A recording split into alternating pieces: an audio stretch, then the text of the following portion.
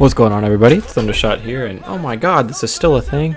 Yeah, totally. I totally forgot about the last episode. For whatever reason, I left for like a weekend or whatever, and I came back, and I thought I had all of them up.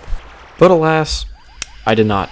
So, anyways, this one's actually going to go on a bit longer than the other, so I have time to talk, and it's because I get my butt kicked a little bit, to the point to where I actually thought that I was going to make myself redo the whole tournament because I got beat up way worse than I wanted to this battle, but it's whatever. What you see is what you get. We're just going to roll with it. Anyways, on this topic, if you're new to this series, it's the last episode, so huzzah, but I talk about what I want to see in a future Dragon Ball game while showing you gameplay of Dragon Ball Raging Blast 2, and I kind of compare the two, and I compare other Dragon Ball games and whatnot.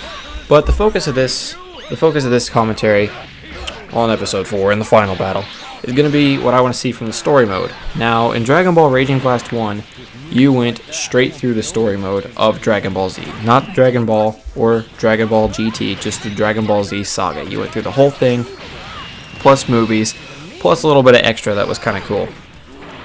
Now, I love that. If Raging Blast 2 would have done the same thing, it would have been pretty much the same game, so I guess I can see why they didn't do it that way, but I did feel like Raging Blast 2 was missing something because Raging Blast 2 didn't do that. It didn't give you the Z saga because it would have been exactly how Dragon Ball Raging Blast 1 was, and there'd be almost no difference. But it gave us this Galaxy Mode thing, and to be honest, I didn't like Galaxy Mode.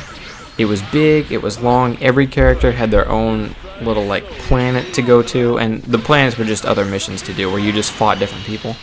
But you were just fighting people with different stipulations put on it every time. Like sometimes you would have no health and you would have to beat a guy.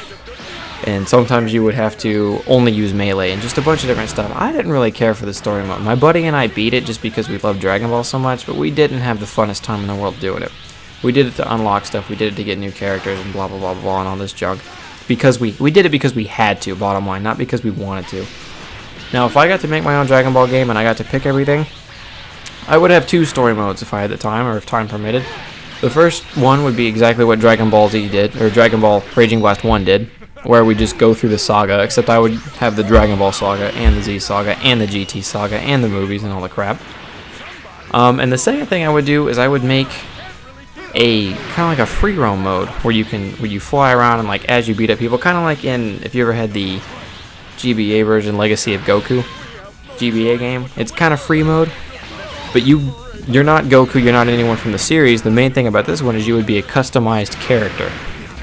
And yeah, if you could, I think Ultimate Tenkaichi did this, and Ultimate Tenkaichi, in my opinion, was a really shitty game, but that's one thing they did right. You got to make your own character, and then I believe at the very end of story mode, he amps up to Super Saiyan, or something like that, and that's how he does it. But yeah, if you could make your own character, give him his own Saiyan levels if you wanted to, or transformations if you wanted to be like Frieza or anything like that. And that's kind of how, I don't know, I haven't really worked out the kinks of what the story mode would be or anything like that. It'd just be free roam mode. But I know that for sure.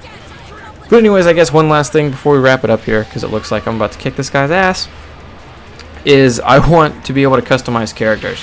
Like if I want to make me and put him in the game and make it be able to go Super Saiyan 4 or plus, that would be incredible. If I wanted to see what Krillin would look like Super Saiyan, I want to be able to go make a Krillin and then give him Super Saiyan hair and amp him up a little bit, you know, just stuff like that. Like, could you imagine all the possibilities with that? You could have like a Super Saiyan 3 King Cold.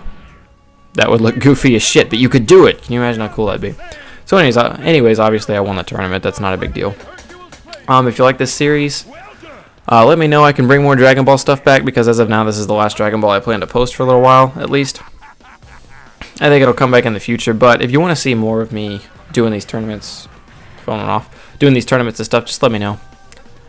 Here's the rankings. I guess I'm just going to leave you guys with the rankings here because I ran out of stuff to talk about. But yeah, I totally blanked and forgot that I hadn't done all the Dragon Ball yet, and I still had this last one. So here it is, and thank you guys for watching. I hope you guys enjoyed. I'm Thundershot, and I'm out. Peace. Leave a like if you liked the video.